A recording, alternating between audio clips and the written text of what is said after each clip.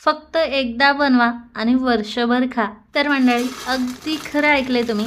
आपण फक्त 10 मिनिटात नायलॉन साबुदाणा तयार करून त्यापासून आपल्याला पाहिजे तेव्हा असा चिवडा तयार करू शकतो, आणि तेही फक्त 5 मिनिटात। आणि खायला एवढा चटपटीत लागतो ना, मला खात्री आहे तुम्ही जर हा एकदा घरी बनवून खाल ना, त्यानंतर बाहेरून कधी विकत आणणारच नाही। आणि हा फक्त उपवासालाच नाही बरं, आपण एरवी देखील लहान मुलांसाठी हा चिवडा अगदी झटपट बनवून देऊ शकतो। लहान मुलांना विकतचे चिप्स वगैरे देण्यापेक्षा किंवा कुरकुरे वगैरे देण्यापेक्षा तुम्ही हा नायलॉन साबुदाणा तयार करून ठेवू शकता आणि पाहिजे तेव्हा मुलांना देऊ शकता। मुलं खूप आवडीने खातात।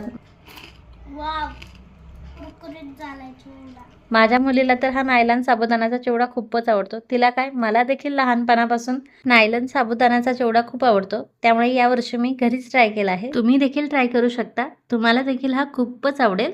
तर लगेच आपण याची रेसिपी पाहूयात। तर नायलॉन साबुदाणा बनवण्यासाठी मी 3 कप साबुदाणा घेते। 3 कप म्हणजे पाऊण किलो साबुदाणा घेतलेला आहे मी। साबुदाणा आता आपल्याला स्वच्छ धुवून घ्यायचा आहे। तुम्हाला जर जास्त क्वांटिटीमध्ये नायलॉन साबुदाणा बनवायचा असेल तर तुम्ही जास्त क्वांटिटीमध्ये साबुदाणा घेऊ शकता। साबुदाणा आता असं आपल्याला 1-2 पाण्याने स्वच्छ धुवून घ्यायचं आहे। यातलं पाणी काढून घेतलंय मी, आणि आता साबुदाण्याच्या थोडंसं वरती पाणी राहील इतकं पाणी आपल्याला यात घालायचं आहे। आणि साबुदाणा आता किमान 7 ते 8 तास तरी छान भिजवून घ्यायचा आहे।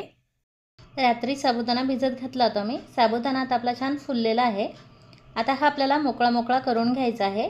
साबुदाण्यामध्ये जास्त पाणी घालायचं नाही बरं, कारण याचा जर जास्त चिखल झाला तर साबुदाणा आपला सुटसुटीत होणार नाही। असा छान सुटसुटीत साबुदाणा आपल्याला हवा आहे। आता हा साबुदाणा वाफवून घ्यायचा आहे, त्यामुळे हा मी एका चाळणीमध्ये ओतून घेते।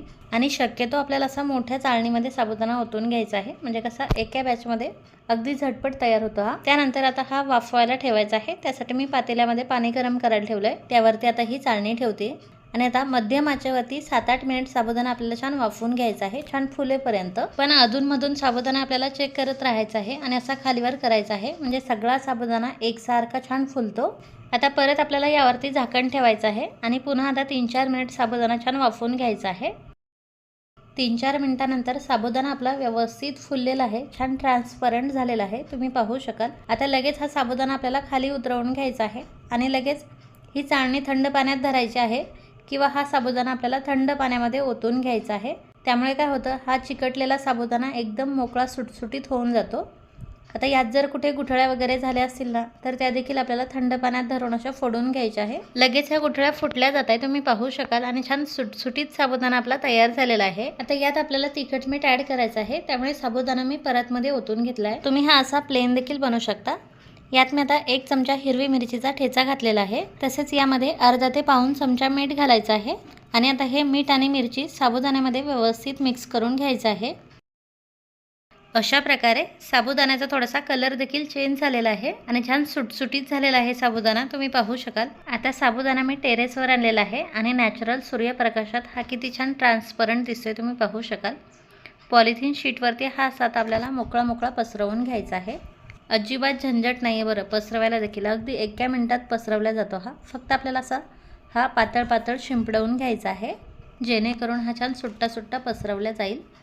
सगळा साबुदाणा मी पॉलिथिन शीटवरती पसरवून घेतलेला आहे आणि हात आपल्याला 1 ते 2 दिवस उन्हामध्ये छान सुकवून घ्यायचा आहे। 2 दिवस उन्हामध्ये साबुदाणा मी सुकवून घेतलेला आहे आणि हा खूप छान प्रकारे सुकलेला आहे आणि एकदम हलका झालेला आहे बरं आपला हा नायलॉन साबुदाणा। आणि रंगही खूप छान सुरेख आलेला आहे। तुम्ही जर हा प्लेन बनवला तर हा एकदम पांढरा शुभ्र तयार होतो। आपण यात हिरवी मिरची घातलेली आहे, त्यामुळे याला थोडासा हिरवट कलर आलेला आहे। पण मिरची घातल्यामुळे हा साबुदाणा एकदम खमंग आणि चविष्ट लागतो बरं खायला। आता हा साबुदाणा आपला तळण्यासाठी रेडी आहे। हा मी तुम्हाला तळून दाखवते, म्हणजे तुम्हाला समजेलच हा किती छान फुलतो। तर हा नायलॉन साबुदाणा तळण्यासाठी तेल आपल्याला एकदम कडकडीत गरम करून घ्यायचं आहे आणि त्यानंतर थोड्या थोड्या क्वांटिटीमध्ये साबुदाणा आपल्याला यात घालायचा आहे। लगेच असा फुलून वरती आलेला आहे साबुदाणा, तुम्ही पाहू शकाल। हा मी आता काढून घेते। यातलं सर्व तेल निथळवून घ्यायचं आहे। खूपच छान फुललेला आहे आपला साबुदाणा आणि आवाजावरून कळालंच असेल तुम्हाला हा किती छान कुरकुरीत झालेला आहे। तर दुसरी बॅच देखील तुम्ही पाहू शकाल किती छान फुललेले आहे। तर हा देखील मी आता झाऱ्यामध्ये काढून घेते। दुसरी बॅच देखील खूप छान फुललेली आहे आपली, आणि अजून 3-4 बॅचमध्ये मी साबुदाणा तळून घेतलेला आहे। आता आपल्याला यात थोडासा बटाट्याचा किस देखील घालायचा आहे, त्यामुळे आपण मागे बटाटा किस आणि साबुदाण्याचे जे वडे बनवले होते ते मी इथे तळून घेते. वडे आपले किती छान फुलतात हे तुम्ही पाहू शकाल. याची रेसिपी जर तुम्ही पाहिली नसेल तर लिंक मी डिस्क्रिप्शन बॉक्समध्ये दिलेली आहे, तिथे जाऊन तुम्ही चेक करू शकता. हे तळलेले वडे आपल्याला थोडेसे असे चोरून घ्यायचे आहे, म्हणजे बटाट्याचा किस यामध्ये छान व्यवस्थित दिसेल. त्यानंतर ह्या बटाटा किसच्या पापडाची देखील रेसिपी आपण पाहिलेली आहे. हे देखील 2-3 पापड मी यात तोडून घेतलेले आहे. आता आपल्याला थोडेसे शेंगदाणे तळून घ्यायचे आहे. अर्धी वाटी शेंगदाणे घेतलेले आहे मी, आणि हे आता छान खमंग होईपर्यंत तळून घ्यायचे आहे. हे देखील आपल्याला साबुदाण्यावरती घालायचे आहे.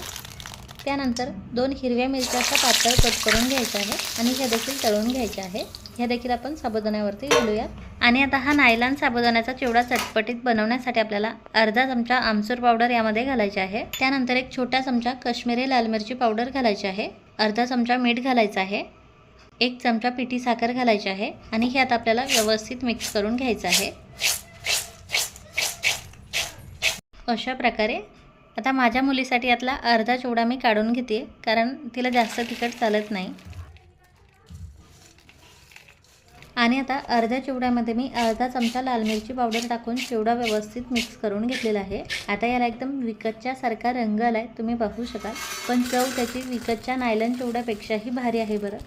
आवाजावरून कळालंच असेल तुम्हाला हा किती छान कुरकुरीत झालेला आहे तर. आणि आता नॅचरल सूर्यप्रकाशात तर याचा रंग तुम्ही पाहू शकाल, किती सुरेख आलेला आहे तर. आणि आता आपला चिवडा कसा झाला आहे हे आपण तन्वीला विचारूयात. तिच्यासाठी मी थोडासा फिक्कावाला चिवडा बनवला होता, आणि ती खाते तर आवाज येत असेल तुम्हाला, किती छान कुरकुरीत आवाज येतोय तर.